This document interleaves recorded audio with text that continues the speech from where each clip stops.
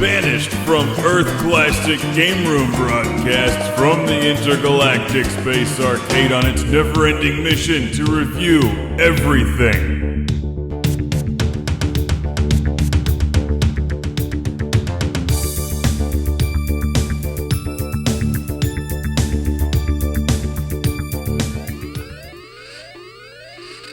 Yes! Submarine down. I put a DOS boot up your ass. Welcome to Classic Game Room, where I have an ambitious game for your Vectrex. You have a Vectrex, don't you? Called Polar Rescue. Not to be confused with that other game, Polar Vortex. This one has submarines.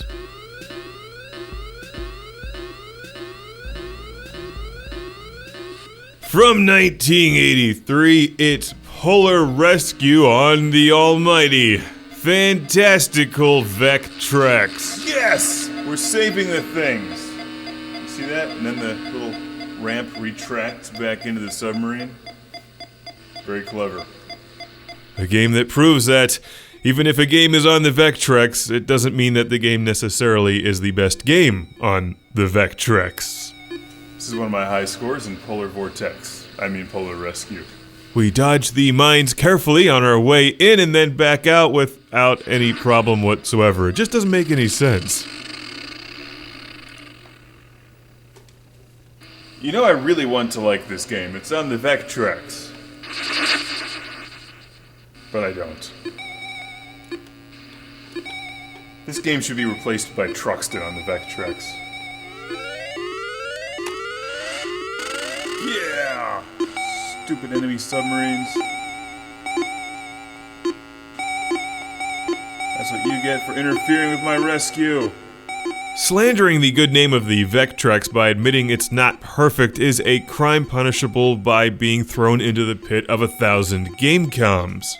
However, Polar Rescue, while it may be ambitious, is flawed. It's a submarine action simulator where you're trying to make your way to some kind of undersea facility and save something or someone. I don't have the instructions. You dodge mines and enemy submarines on your way in and attempt to dock with this thing, but occasionally I think you can get hung up on icebergs or locked into some never-ending battle with a submarine. Polar Rescue feels like an amazing programming experiment, one that almost succeeded but not quite.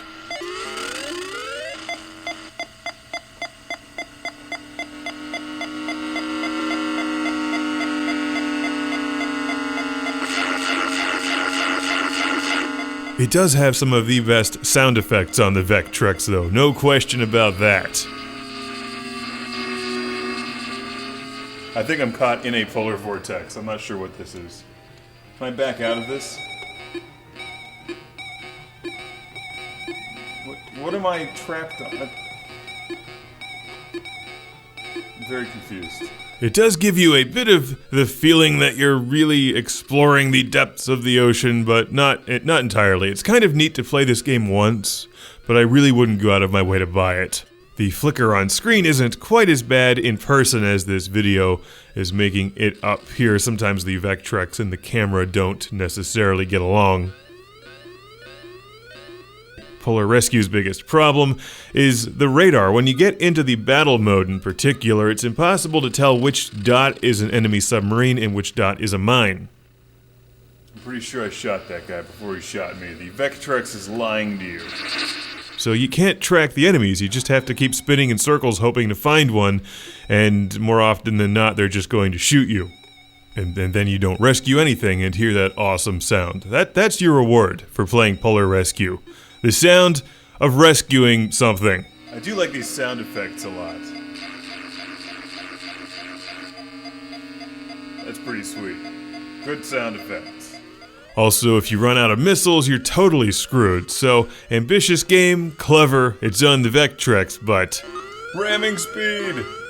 It's not one of the more exciting titles, and I would simply borrow this one from a friend or just check it out on a multi-cart.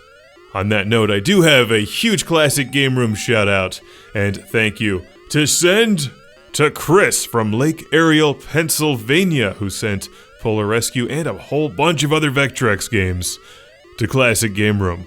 So look for many more Vectrex reviews coming soon. I like to call this game the Hunt for Blue November.